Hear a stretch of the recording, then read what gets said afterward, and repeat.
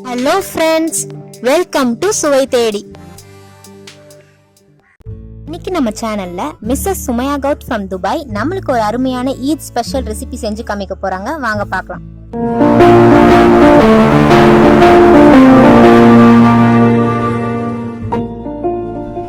Hi, இன்றைக்கும் நான் ஒரு கன்னியாகுமரி மாவட்ட ஸ்பெஷல் டிஷ் தான் பண்ண போகிறேன். அது மட்டன் கிரேவியும் ரைஸ் ரொட்டியும், அதாவது ஒரட்டியும் இறைச்சி கறியும். அது செய்கிறதுக்கு 1/2 கிலோ மட்டன் எடுத்திருக்கேன். ஆனியன் 2 பெரிய ஆனியன், தக்காளி 2 பெருசு கட் பண்ணி வச்சுருக்கேன்.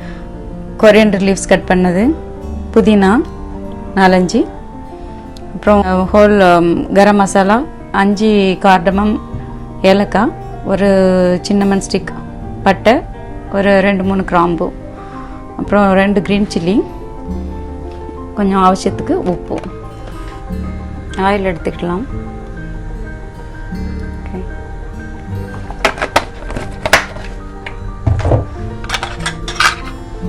கொஞ்சம் 1 ஸ்பூன் நெய் ஆட் பண்ணிக்கலாம், சும்மா ஒரு மணத்துக்காக. அப்புறம் whole garam masala, 2 onion cut பண்ணிட்டு இல்லை, அதில் வந்து 3/4 பாகத்தை இப்போ போட்டுடலாம். ஃபஸ்ட்டு போட்டு நல்லா கோல்டன் கலர் வர வர வதக்கணும்.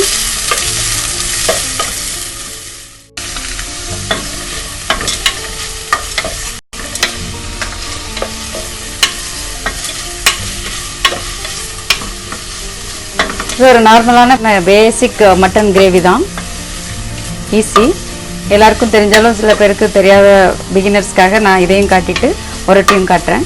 இப்போ இந்த 4-5 புதினா லீவ்ஸ் இருக்குல்ல, அதையும் இதில் இப்போ போட்டுடலாம். நல்ல ஒரு வாசம் கிடைக்கும். கொஞ்சம் கோல்டன் கலர் வர இருக்கட்டு. ஜிஞ்சர் கார்லிக் பேஸ்ட் போடுறோம். ஆனியன் நல்லா வதங்கிட்டு போட்டு அதோட ரா ஸ்மெல் போகிறது வரை இன்னும் கொஞ்சம் நல்லா வதக்கணும். ஹை ஃப்ளேமில் வச்சுக்கலாம். எப்பவுமே நமக்கு ஸ்மெல் நல்லாவே வருது, அரோமா நல்லா இருக்கு.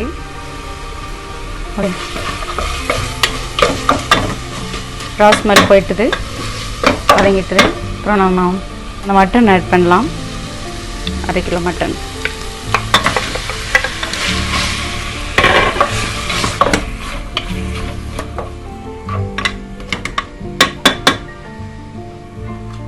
இது ஒரு 5 மினிட்ஸ் வதங்கின உடனே நம்ம தக்காளி போடலாம். மட்டன் நல்லா 5 மினிட்ஸ் வதங்கிருக்கு. வதங்கின உடனே நம்ம தக்காளி போடலாம். மட்டன் நல்லா 5 மினிட்ஸ் வதங்கிருக்கு. அப்புறம் இந்த 2 ஸ்லிட் பண்ணி வச்சுருக்க க்ரீன் சில்லி, 2 தக்காளி,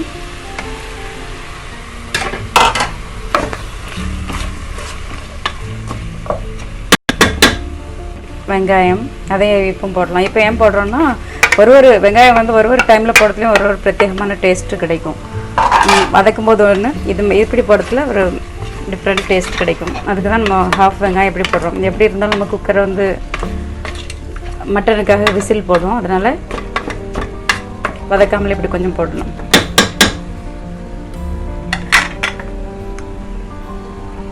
அப்புறம் கொஞ்சமாக கொரியண்டர் லீவ்ஸ் கட் பண்ணது,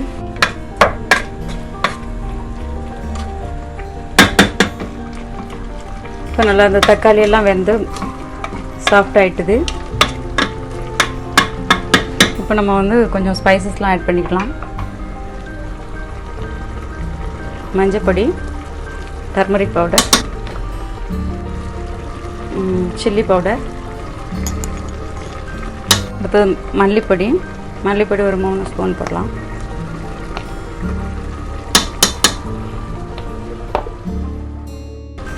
அடுத்தது மல்லிப்பொடி ஒரு 3 ஸ்பூன் போடலாம்.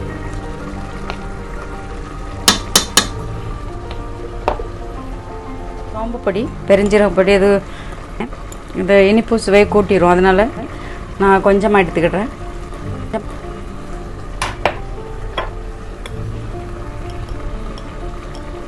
cumin seed, ஜீரகப்பொடி,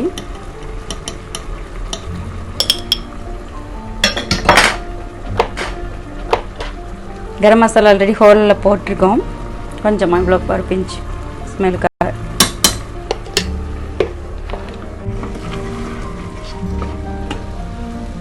இப்போ மசாலாவோட ரா ஸ்மெல் எல்லாம் போயிட்டுது.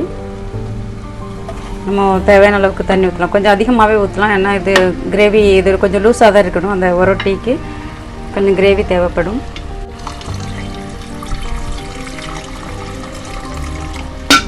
ஓரளவு கொதிச்சு வருது. இது இப்போ நம்ம விசில் குக்கரில் விசில் போட்டு மூடிடலாம்.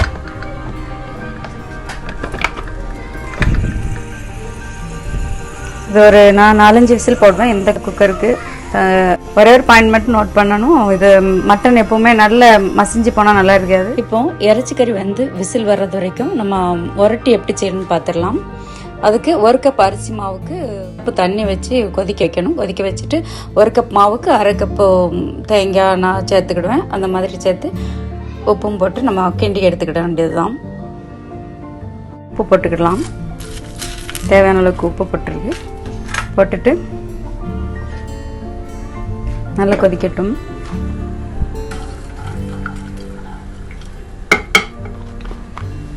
நல்லா உப்பு போட்டு கொதிச்சு வரும்போது தேங்காய் போடலாம்.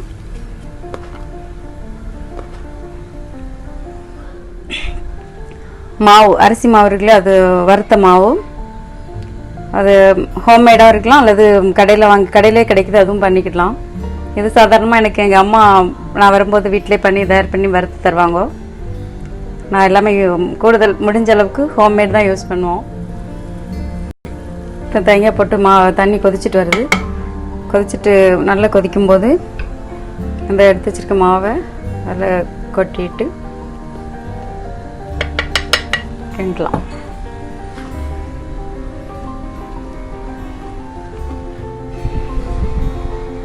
இது இப்போ இந்த ஸ்டேஜில் தான் இருக்குது. போதும். இதை வந்து நம்ம கையை வச்சு சப்பாத்தி மாவு பிசைஞ்சு இதை எடுக்கிற மாதிரி நல்ல பக்குவமாக அதை பிசைஞ்சு எடுக்கணும் சாஃப்டாக. அதில் தான் அதோட டேஸ்ட் வரும். இது நம்ம ஆறுனதுக்கப்புறம் கொஞ்சம் ஆறினப்புறம் நான் அதை நல்ல மாவை பிசைஞ்சு எடுக்கலாம். 5 விசில் வந்துட்டுது.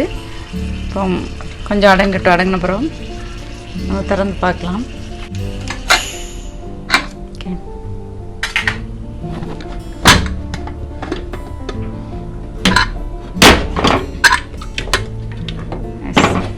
நல்லா ரெடியாக இருக்கு. இப்போ மட்டன் கறி ரெடி.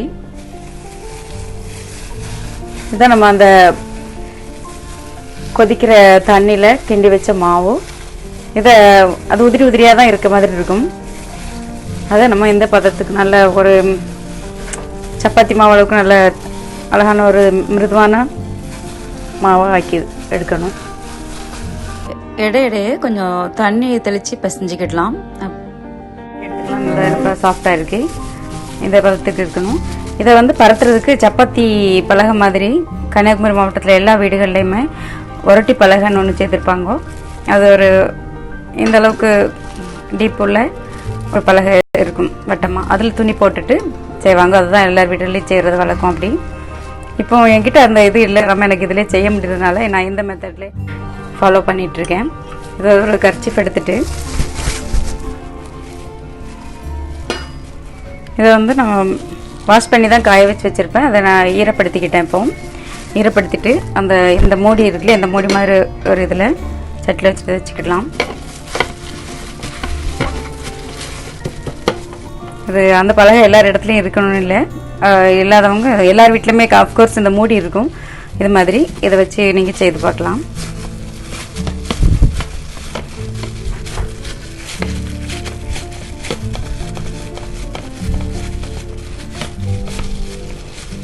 ஃப்ரெஷ் பேன்லாம் அது இரும்பில் கிடைக்கும். அதிலலாம் அந்தளவுக்கு டேஸ்ட் கிடைக்கும், நல்லா இருக்காது. அது மரத்தில் செய்யலாம், அல்லது எப்படியோ அது துணி வைக்கணும். அப்போ வைக்கும்போது தான் அது நல்லா இருக்குது. அதனால தான் நான் இந்த இது ஃபாலோ பண்ணுறது. இந்த மூடியில் ஒரு பள்ளம் இருக்கு இல்லையா, அந்த அளவுக்கு திக்னஸ் போதும். அதில் நம்ம பண்ணலாம். துணியை ஈரப்படுத்திக்கிடணும். கையிலையும் கொஞ்சம் அப்பப்போ கையில் தண்ணி தொட்டுக்கிடலாம் பரத்தும் போது. சாதாரண ஒரு தோசைக்கல் வச்சுட்டு சூடானதுக்கப்புறம் இதில் எப்படி இருக்கும் இது ரிமூவ் பண்ணிவிட்டு ஓகே, 1 நிமிஷத்துலேருந்து 1.5 நிமிஷம் வரைக்கும் முதல்ல வெந்ததுக்கப்புறம் நம்ம திருப்பி விட்டுக்கிடலாம். அப்போ தான் உடையாமல் நல்லா வரும். அப்படியே நம்ம திருப்பி போட்டு நல்லா வேக வச்சு எடுக்கணும்.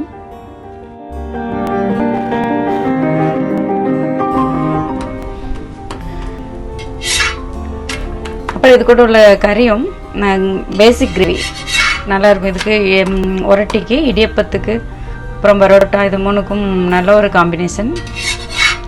இது ஃபெஸ்டிவல் அப்புறம் கெஸ்ட் வரும்போது செய்கிறதுக்கு தகுந்த மாதிரி நல்ல ஒரு சாய்ஸு. ஓகே, இப்போ இது ரெடி ஆகிடுது.